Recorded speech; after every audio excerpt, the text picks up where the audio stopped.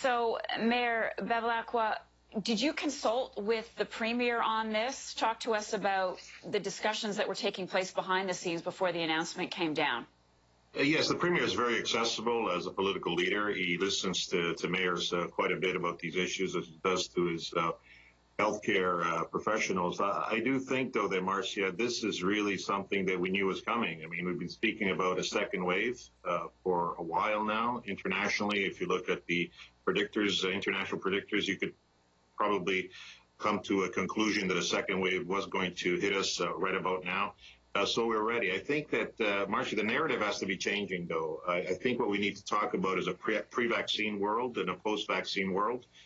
We need to begin to also give a lot more attention on the lessons learned in the first wave and apply the wisdom that we've acquired over that on this particular wave. There's no question that people are... Sorry, go ahead. Yeah, what do you mean by that? What I mean by that is that what happens when you have a stage 1, stage 2, stage 3 approach, when you get to stage 3, people do fall into a false sense of security. They think that we're back to normal times. We are not. Normal times will occur post-vaccine, but we're not there yet. There's a lot of work being done in that area, but we're certainly months away from any vaccine to being introduced to Ontarians. So I do think that we need to be wise about it. We need to persevere, but ultimately, people cannot fall into this false sense of security. These are not normal times. These are times where you have a formidable foe, namely COVID-19, that is spreading, affecting our economy, affecting people's lives, and people are dying because of it. And I do think that there's also the theme of personal responsibility that needs to be talked about.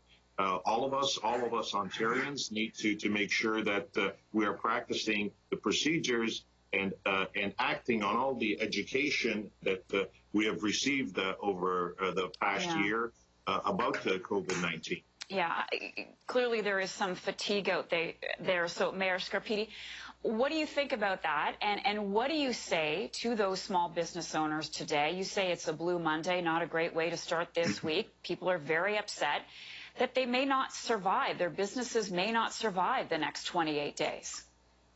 Well, a couple things.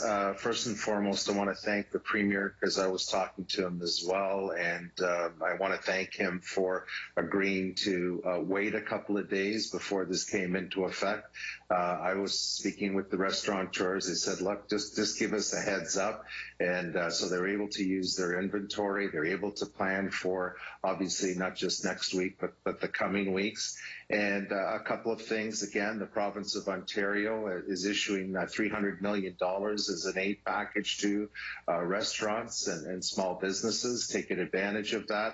The federal government is providing wage subsidy and also direct payment now to the small businesses for rent. So it's not going to the landlords anymore. It's going directly to the small businesses. Now, I know it's frustrating. I know this is no fault, by the way, Marcia, of the restaurants.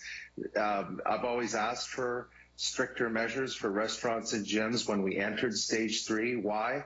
Because you have 2.8 times more likelihood of catching the coronavirus indoors, particularly when you're there for a prolonged period of time. So I'd say take advantage of those programs. But I'd also say to our community, and of course many communities that are impacted, support your local restaurants. You know, they are the backbone of our main streets. Politicians, this goes against our grain. We celebrate openings. We celebrate milestone anniversary, the expansion of business. And so they're always there supporting charities and other events in our community. And I would just say to our community and others, support your restaurants over the next 28 days with takeout because we need them to survive. They're an integral part of our community. Do you feel that it is only going to be 28 days, or is that possibly something that might be expanded depending on the data, and at what point is that decision made? Well, there's no doubt we're in this for several months, and I would say that we're going to be in pre-vaccine mode well into next year. Even when the vaccine comes around, there'll be those that will not go immediately. It'll take a while to roll out. This is akin to the hurricane season. And you know what? There's going to be, as communities experience hurricanes, sometimes they're not as strong as we thought they'd be. Sometimes they're even stronger and do more damage. And this is what's going to happen over the next several months. We're going to have to ride this out.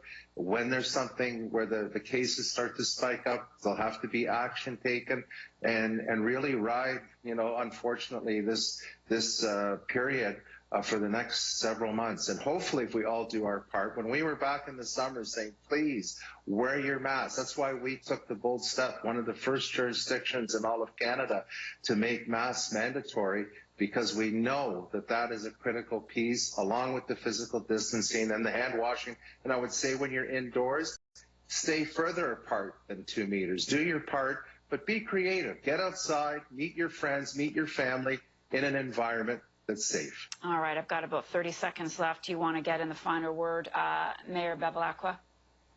As we've said for a long time now, this is a marathon, not a sprint. We need to persevere. We need to be tenacious. We need to be focused. We need to be disciplined, because we're in this together. But I do think that this experience will make our province and our cities much stronger, because we've been tested in a very serious way. And I really admire the manner in which the citizens of Vaughan has responded to this crisis by being extremely responsible, vigilant, and giving of themselves in a very selfless way. All right. I thank you both, Mr. Mayors, for being with us this morning. We appreciate it. We're going to talk to you again soon. All the best. Let's turn